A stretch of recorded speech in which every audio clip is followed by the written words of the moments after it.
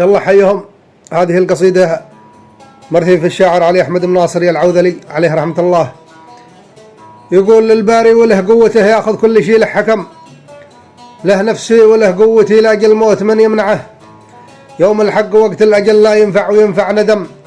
لو صيحت مهما بكيت ريت الموت يوم اقنعه، ريت الموت با يقتنع ولا ريت يدي نسم بطلب يرجع مناصري بدي فيه حتى 4،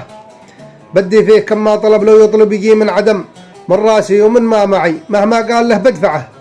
يا أهل الحضن شام اخذره لا خنفر ولما العلم، لا مرخه ولما ردع حيد العر لا مرتعه، والبيضاء وأرض الخضر كل بين عينه لطم، في ساعة وصلنا الخبر كن الكور فوق مشعه، حيد مخبزه ما وقف ما تخلى نص انقسم، بعد مناصري لا بقي ريت الناس راحت معه، يا غبني 3 غبون في الأول وأول رقم، في شاعر سجع كلمته للغاوي وثب يقرعه، ثاني غبن أصلح عجي ساس العوذلة حيد صم، شامخ فوق عالي سما من شافه عجي مطلعه،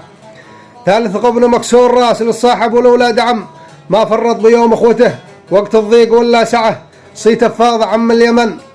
كم زامن له وكم له وكم، لا تهدر بوسط المحفة الشعار سول السعه، جاك الهيجي والعوذلي من صوته تولع حمم، يشعلها وهي طافيه لا قد هاج من يفرعه، والليله غبوني عليه قالوا الموت باسمه نهم، يا ربي عسى ترحمه بالفردوس رب ارفعه، وتجاوز خطا زلته وسط اللحد جو في الظلم، واختمها بذكر النبي من صلى النبي يسمعه، واختمها بذكر النبي من صلى النبي يسمعه عليه الصلاة والسلام.